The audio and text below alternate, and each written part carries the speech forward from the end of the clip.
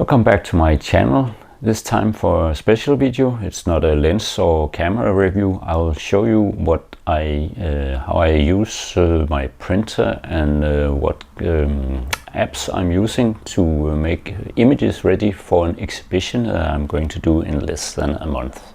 So let's get on with it.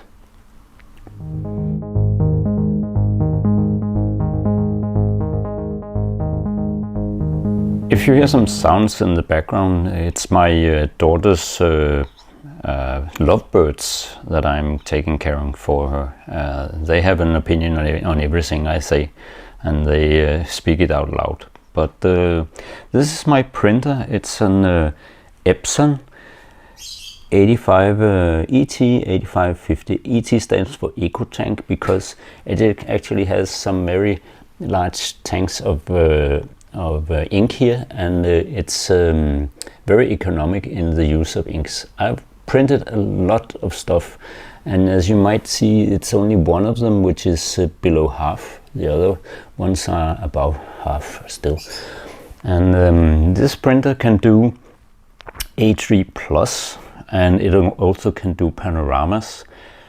So the width of the images can be from here to here, which is A3 plus on the smallest side. And the panoramas can be up to 1.20 meters. But let's have a look at some images. First of all, here's some of the stuff that I'll use to exhibit my images. And here's one that is framed already.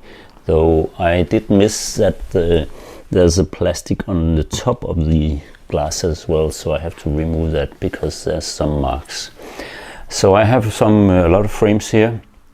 The biggest ones are 50 by 70 centimeters, and down here you can see smaller ones, 40 by 50 and 30 by 40. So I'll have different sizes of images, and you can see some of it here. These are images that I'm going to mount in the smallest of the frames. So these images are going to be exhibited. And then I have some very special images. These I call them sprocket images because we have the sprockets for the film advance. And I have a whole set of images, and I'll show you how I'm going to display it. Well, in a special way, but you'll see it here.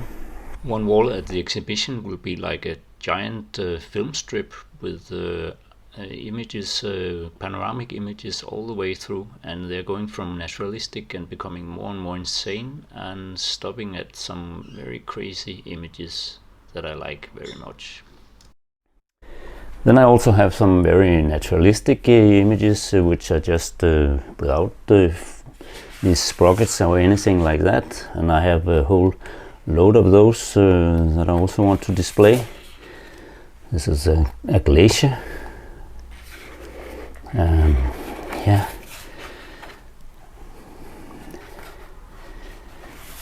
And then some of my mountain photography is also displayed at the exhibition. So this is from the summit of Kilimanjaro, and from the Rongbuk Glacier on the north side of Everest. So there's a lot of different images here. This is going through the icefall on Mount Everest on the south side, the Nepalese side. And this is closing up on the summit of Mont Blanc, my first big trip in the Himalayas. So there's a lot of images here, but then there's also some very special and very odd images, like this one. This is a pinhole photography made by a camera that can do 6 by 17, so it's a very wide frame, as you can surely see. This will be mounted onto a thick board, so not framed like the other photos. And the sprockets also will be, photographers also will be mounted on boards. So they'll be displayed in a row, so it's just like looking at a big part of a film with all the sprockets in. In order not to waste too many images, I've of course done a lot of test prints in smaller formats to test the panoramic function. I made these small ones which are around 10 by 28 centimeters. So I made some panoramas this way, just to make sure that the printer does everything the right way. And also some, this is A4 print, and another panorama which have gone up a bit in size. I think this is 15 by 45. So I was testing the largest 6 by 17 photo. Well, the original size was 16 by 17 centimeters. And here another A4 image that I printed out. And then I also tried the A3 Plus. And this first one, I didn't get it right because there was framing around it. So it didn't come out printed all the way to the border of the paper. So all these things were just in order not to waste too much paper and ink doing things on large formats before I was sure that I could make it work. To prepare my images for the exhibition, I use Darktable, and that is my desktop editing program. I don't use Lightroom, I don't use any Adobe programs. It's too expensive, I find. And here you can see part of my collection of 150,000 images. These are some ice formations. This looks like some kind of face, and down here it looks like a couple mating, and the male is actually shaped like a penis, so very strange formation that you can find in ice. But I prepare these images, and when you go into the darkroom side of it, over here you have the active,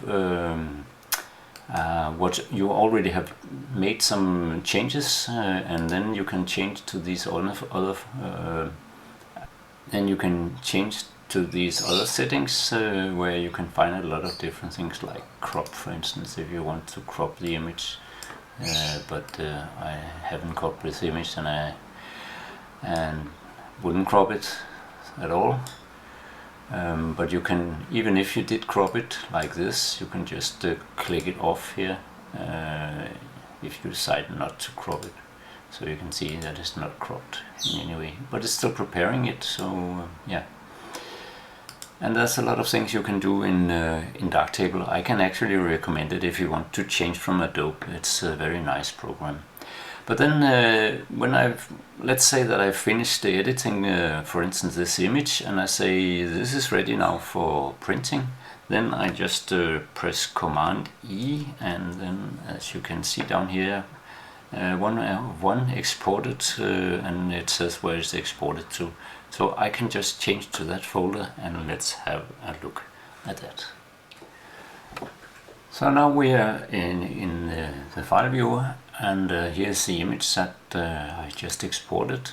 And now we can open it in Epson Print Layout, which is the software that I'm going to use to print the images on my Epson ET8550.